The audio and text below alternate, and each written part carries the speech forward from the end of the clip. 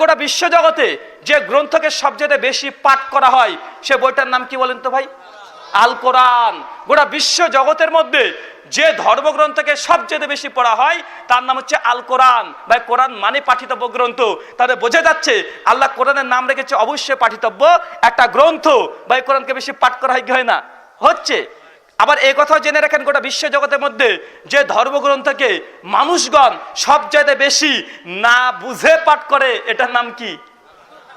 সবচেয়ে বেশি পড়া আল কোরআন, কিন্তু সবচেয়ে যে গ্রন্থকে না বুঝে এমনি পড়ে চলছে ওই ধর্মগ্রন্থের নামও আল কোরআন। তো সার্বিকভাবে এটা বোঝানোর চেষ্টা করলাম। ঠাকুরবাসীকে যখন বললাম তিনি বলছেন যে আমি তো এইভাবে চিন্তা করি নাই, বা ইসলাম এটা নতুন ধর্ম নয়, ইসলাম এনেছে আদম আলাইহিস সালাম আর শেষ হয়েছে বিশ্ব নবীর মাধ্যমে। আর আদম ইসলাম যে ইসলাম নিয়ে এসেছেন তার একটা প্রমাণ হিন্দু ধর্মগ্রন্থ থেকে। হিন্দু ভাইদের একটা ধর্মগ্রন্থ আছে ভবিষ্য প্রাণাম, কি নাম বললাম? মহর্ষি ব্যাসদেব সর্বমোট 18টা খণ্ডে পুরাণ রচনা করে। তাহলে 9 নম্বর পুরাণের নাম হচ্ছে ভবিষ্য প্রাণ, যেখানে ভবিষ্যৎবাণী করা হয়েছে। ভবিষ্য প্রাণ প্রতিসর্গ পর্ব 4 মন্ত্র 18-19 দুটো মন্ত্র বলছে আদম হাওয়া নারূপবতী ম্লেচ্ছা। বিষ্ণু প্রথম যে মানুষকে সৃষ্টি করেছিলেন তার নাম আদম। ভাই কি? আদম। আর তার স্ত্রী হাব্বাবতী, বা হাব্বাবতী কি? হাওয়া আলাইহিস সালামের কথা স্পষ্ট আছে।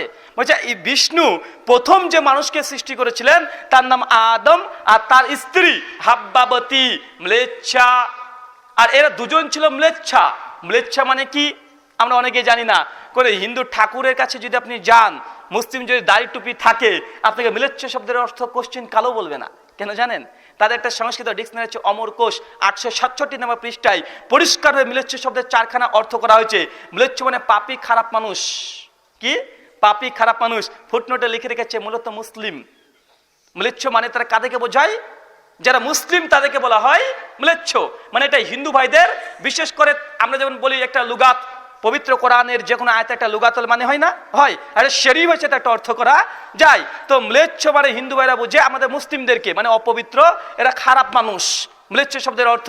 আর ওখানে স্পষ্ট লেখা আছে আদম আর হাওয়া এই দুজন ছিলেন কি? ম্লেচ্ছ। মানে তার দুজন ছিলেন মুসলিম, স্পষ্ট প্রমাণিত। তো আদম আলাইহিস সালাম ইসলাম নিয়ে এসেছেন, ইসলাম নতুন ধর্ম নয়। যুক্তি নাম্বার 3, এখান থেকে প্রমাণ কি হয় কি হয় না ভাই? যে ধর্মটা গোটা মানুষ জাতির জন্য কোনো স্থান ভিত্তিক নয়, কোনো ব্যক্তি কেন্দ্রিক নয়। হিন্দু ধর্ম একটা জায়গা কেন্দ্রিক। ভারতবর্ষের মানুষের জন্য জান্নাতের পথ হতে পারে, গোটা বিশ্ববাসীর এটা মানবতার কল্যাণ বা মানবতার মুক্তির পথ হতে পারে না। খ্রিস্টান শুধুমাত্র 2000 বছর হলো, তার আগের মানুষের জান্নাতের রাস্তা দেখাতে পারবে না। কিন্তু ইসলাম এটা সার্বিকভাবে গোটা বিশ্ব জগতের মানুষের এটা মুক্তির পথ হবে কি হবে না? 100% হবে। একটা ব্যক্তি অমুসলিম, তিনি ইসলাম কবুল করেছিলেন। একটা ছোট্ট ঘটনা আছে। একজন ব্যক্তি ইসলাম কবুল করেছিলেন লন্ডনের। তাকে প্রশ্ন করা হচ্ছে যে আপনি ইসলাম কবুল কেন করেছেন, কি কারণে? উনি তখন জবাব দিতে গিয়ে বলছেন যে আমরা ইসলাম কবুল করেছিলাম আমি সেই সময়তে আমার বেশ কিছু কারণ ছিল না, একটা কারণ ইসলাম কবুল করেছি। কয়টা কারণ ভাই? বা আমার কথা কারা কারা শুনতে পাচ্ছেন না তোলেন তো ভাই। যাই হোক, আমি উল্টো করে প্রশ্ন করেছিলাম যে আমার কথা কারা কারা শুনতে পাচ্ছেন না তারা হাত তোলেন। তেমন আপনারা সকলে শুনতে পাচ্ছেন বলে হাত তোলেন নাই। তো একজন অমুসলিমকে প্রশ্ন করা হচ্ছে যে আপনি যখন ইসলাম কবুল করেন কেন আপনি ইসলাম কবুল করেছিলেন? উনি তখন বলছেন যে আমি অন্য কোনো কারণ ইসলাম কবুল করি নাই, আমি মাত্র একটা কারণ ইসলাম কবুল করেছি। মানে ইসলাম কবুল করার জন্য একটা কারণ তার জন্য যথেষ্ট ছিল। কি? উনি তখন বলছেন যে আমি ইংল্যান্ডে একটা জুম্মা মসজিদের সামনে আমার একটা দোকান ছিল ফুডস, বিভিন্ন ফলের, আমি ডাব বিক্রেতা ছিলাম। আর আমার পাশে আরেকজন মুসলিম, উনিও ডাব বিক্রেতা, তিনিও ফলের দোকান ছিলেন। হচ্ছে মুসলিম আর ইনি হচ্ছেন খ্রিস্টান। কোথায় অবস্থান? ইংল্যান্ডের একটা জুম্মা মসজিদের সামনে। উনি বলছেন হঠাৎ আমরা দেখি যে জুম্মার দিনে প্রচুর মানুষ চলে আসে। কেন? সালাত আদায় করতে অসংখ্য মানুষ আসে। উনি বলছে হঠাৎ আমি দেখি যে একদিন একজন ব্যক্তি আসছে জুম্মার সালাত আদায় করতে, নামাজ পড়তে, তো তার জন্য 4টে গাড়ি একসঙ্গে মানে গার্ড হিসেবে আসছে। একজন ব্যক্তি সালাত আদায় করতে আসছে, তো 4টে একদম গাড়ি আসছে, আর তার সঙ্গে কমপক্ষে 4 থেকে 6 জন সিকিউরিটি গার্ড ছিল। ডাব বিক্রেতা ভাবছে একটা মানুষ নামাজ পড়তে আসছে, এত বড় একজন প্রভাবশালী ব্যক্তি, লন্ডনের একজন মুসলিম ব্যক্তি। তো ওই ব্যক্তির সঙ্গে সঙ্গে গাড়ি থেকে নেমেছে, নামার পরে দ্রুত গতিতে মসজিদে গিয়ে অজু করে সে মসজিদে প্রবেশ করেছে। কোন ব্যক্তি? যে লন্ডনের একজন প্রভাবশালী একজন ব্যক্তি, যার সঙ্গে 4টে গাড়ি এসেছে, মানে অ্যাকচুয়াল প্রভাবশালী ব্যক্তি, গিয়ে সালাতের জন্য তিনি দাঁড়িয়েছেন। আর ওই যে ফল বিক্রেতা খ্রিস্টান, তার পাশে যে আরেকটা ফল বিক্রেতা ছিল, উনি হচ্ছেন একজন মুসলিম। উনি সঙ্গে সঙ্গে দোকানটাকে বন্ধ করে দিয়ে সঙ্গে সঙ্গে অজু করে তিনি মসজিদে চলে গেছেন। আর এই ফল বিক্রেতা দেখছে তাকিয়ে যে কি ব্যাপার, তার বন্ধু চলে গেল মসজিদে। উনি দেখছেন যে উনার ওই বন্ধু ফল বিক্রেতা, উনি গিয়ে ঠিক প্রভাবশালী ব্যক্তি, সে শেষে গিয়েছিল, সে শেষ কাতারে গিয়ে দাঁড়িয়ে আছে, দিয়ে আল্লাহু আকবার বলে হাতটাকে বেঁধে ফেলেছে। আর ওই ফল বিক্রেতা যিনি মুসলিম, উনি গিয়ে ওই ব্যক্তির পাশে কাঁধের সঙ্গে কাঁধ আর পায়ের সঙ্গে পা লাগিয়ে দিয়ে তিনি করেছেন আল্লাহু আকবার। আর বাইরে থেকে খ্রিস্টান ওই ফল বিক্রেতা, উনি আশ্চর্য, আরে সর্বনাশ, এত বড় একজন প্রভাবশালী ব্যক্তি যার জন্য 4টে গাড়ি এসেছে, এত সিকিউরিটি এসেছে, এই ফল বিক্রেতা তার জামাতে নোংরা এখন পর্যন্ত আছে, নোংরা জামা কাপড়, ওই ব্যক্তি এরকম কোটিপতি একজন ব্যক্তি, প্রভাবশালী ব্যক্তির কাঁধের সঙ্গে কাঁধ পায়ের সঙ্গে পা লাগিয়ে দিল। আশ্চর্য উনি, তিনি এরকম নিদর্শন কোনো জায়গায় দেখে নাই। যখন নামাজ শেষ হলো, উনার অন্তরে একটা প্রশ্ন, যে এত বড় একটা ধনী ব্যক্তি, এত বড় প্রভাবশালী ব্যক্তির কাঁধের সঙ্গে কাঁধ লাগিয়ে দিল, কিছু বললো না লোকটা, উনি আশ্চর্য।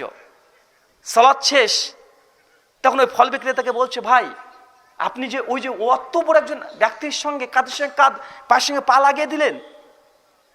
উনি তখন বলছেন, ফল বিক্রেতার একটা কথা একটা দাওয়াতে ওই ব্যক্তি ইসলাম কবুল করেছেন। এই জন্য একটা কথা বলা হয় যে কিছু কিছু সময় রাস্তার ফকির ভিখারি আপনাকে এমন একটা উপদেশ দিতে পারে যেটা গোটা বিশ্ব জগতের যত রত্ন আছে, যত স্বর্ণ আছে, তার চাইতেও বেশি মূল্যবান হতে পারে।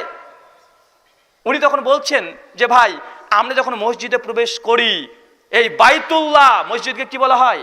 বাইতুল্লাহ। বাইতুল্লাহতে যখন আমরা প্রবেশ করি, আমাদের পরিচয় হয়ে যায় আব্দুল্লাহ, মানে আল্লাহর গোলাম। আল্লাহর ঘরে আমরা আল্লাহর গোলাম। আমরা যখন মুসলিমরা যখন সালাত আদায় করি, নামাজ পড়ি, যখন আল্লাহু আকবার এই শব্দটা বলি, তো সমস্ত মানুষের একটাই পরিচয়, আমরা আল্লাহর গোলাম।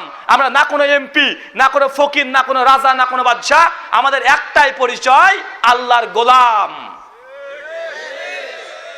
বলছে যতক্ষণ তাকবীরের থেকে সালাম পর্যন্ত আছি, আমাদের মধ্যে কোনো পরিচয় নেই, কে কোটিপতি, কে ধনী, কে বাদশা, কে রাজা, কে ফকির, কে সাদা, কে কালো, কে আমেরিকান, কে ইন্ডিয়ান, কে বাংলাদেশি, কে নেপালি, এর কোনো পরিচয় থাকে না। প্রত্যেকের একটাই পরিচয় আল্লাহর কাছে, আব্দুল্লাহ, আল্লাহর গোলাম। উনি তখন এই কথা শুনে ওই খ্রিস্টান ফল বিক্রেতা উনি তখন বলছেন, ভাই আপনার ধর্ম সম্পর্কে আমি জানতে চাই, আমাকে আপনার ধর্মগ্রন্থ দিয়েন। সঙ্গে সঙ্গে ও মুসলিম ভাইটা তাকে সহযোগিতা করে, একটা আল কোরআন তাকে উপহার দেয়। 28 দিন পবিত্র কোরআনকে গোটা পড়ার পরে সে ইসলাম কবুল করেছে, আলহামদুলিল্লাহ। কেন? একটা কারণে, বিশ্বনবীর একটা সুন্নাহ বাস্তবায়ন হয়েছিল মসজিদে, কাঁধের সঙ্গে কাঁধ, পায়ের সঙ্গে পা দিয়ে সালাত আদায় করেছে। ওই ব্যক্তি বলছে এটা হয় কিভাবে? তাদের মধ্যে অনেক জাত, অনেক মতবাদ আছে, বা হিন্দু ভাইদের মধ্যে নেই। এখন পর্যন্ত আমাদের ইন্ডিয়াতে, ভারতবর্ষে এখন পর্যন্ত রাজস্থানে আছে। কিছুদিন আগে হিন্দুস্তান টাইমের স্পষ্ট খবর প্রতিনিয়ত আসছে যে মন্দিরে কোনো দলিতাকে প্রবেশ করতে দেওয়া হয় না। দলিতা কারা? ওরা হিন্দু। কেন? ওরা নিম্ন কাস্টের দলিতা, তাকে এখন পর্যন্ত মন্দিরে উঠতে দেওয়া হয় না, কিন্তু তারা হিন্দু। তাই কেউ, বিশেষ করে আমাদের ভারতবর্ষের সংবিধানের 17 নম্বর ধারা, ওখানে নিষিদ্ধ ঘোষণা করা হচ্ছে এই বিষয়ের উপরে। তারপরে এখনো হিন্দু ভাইদের মধ্যে জাত প্রথা আছে না নাই? কে ব্রাহ্মণ, কে ক্ষত্রিয়, কে শূদ্র, আছে না ভাই? এই শূদ্রের মধ্যে একটা অংশ হচ্ছে দলিতা। এই শূদ্রদেরকে এখন পর্যন্ত অনেক মন্দির আছে যেখানে উঠতে দেওয়া হয় না। তারা যে টিউবওয়েলে পানি খায়, সেখানে 7 বার না ধুলে কোনো ব্রাহ্মণ সেখানে টাচ পর্যন্ত করে না। ওই ব্যক্তি আশ্চর্য যে এত বড় কোটি কোটি ব্যক্তি। একটা ছোট্ট উদাহরণ দিই ভাই, বলুন তো, একজন ব্যক্তি, আমি ইন্ডিয়া থেকে এসেছি আপনাদের এখানে, আপনাদের মেহমান তো নাকি ভাই? মেহমান। অনেক মানুষ এসেছেন আমার আলোচনা শ্রবণ করার জন্য, অনেকে এসেছেন, অনেক শায়েখ মাশায়েখ এসেছেন। ছোট্ট কিছুক্ষণ আগে একটা ছেলে হাফেজ একটু কিরাত করছিল না ভাই, বলুন তো? এখন এতগুলো মানুষ এসেছেন, এখন যে নামাজ পড়তে হয় ভাই, ওই নামাজ কে পড়াবে? আমি নয় 7-8 বছরের ওই হাফেজটা কে পড়াবে? হাফেজ পড়াবে। কেন? উনি কোরআনের হাফেজ, আমি কোরআনের হাফেজ না। ইসলাম কিসের গুরুত্ব দিয়েছে? ইলম, জ্ঞান। যার জ্ঞান বেশি, যার তাকওয়া বেশি, সেই হচ্ছে ইমামের যোগ্য, সে ব্যক্তি হচ্ছে কর্তৃত্বশীল হতে পারে। কিন্তু অন্যান্য ধর্মে আপনি যতই মিসকিন হোক না কেন, যত আপনি অজ্ঞ মূর্খ জাহেল হন না কেন, যদি আপনি ব্রাহ্মণ পরিবারে জন্মগ্রহণ করেন তো আপনি সর্বশ্রেষ্ঠ, বাঁচে না নাই? কোনো শূদ্র বা কোনো ক্ষত্রিয় এরা যদি গোটা বেদকে মুখস্থ করে ফেলে, তারপরে মণ্ডপে ঢুকে তারা কোশ্চিন কালেও তারা এই মন্ত্র জপ করে দেবী দুর্গার উপাসনা করতে পারবে না। কেন? এটা একটা গোত্র, শুধু ব্রাহ্মণরাই এই মণ্ডপে গিয়ে তারা মন্ত্র পাঠ করে দেবীর উপাসনা করতে পারে। কিন্তু ভাই বলুন তো, একটা মিসকিন ফকিরের বাচ্চা, সে যদি কোরআনের হাফেজ হয়, যদি কারি হয়, এই শাইকো আছে, ভাই বলুন তো শাইক নামাজ পড়াবে না ওই ছেলেটা নামাজ পড়াবে? ওই ছেলেটা নামাজ পড়বে। কেন? কারণ কি? ইলম, জ্ঞান। সার্বিকভাবে এটা বোঝানোর চেষ্টা করছি যে গোটা বিশ্ব জগতের মধ্যে ইসলামকে যেই অ্যাঙ্গেল থেকে দেখেন না কেন, বা প্রত্যেকটা সূক্ষ্ম আপনি পয়েন্টগুলো উল্লেখ করেন, দেন ইসলামের শ্রেষ্ঠত্ব 100% প্রমাণ হবে।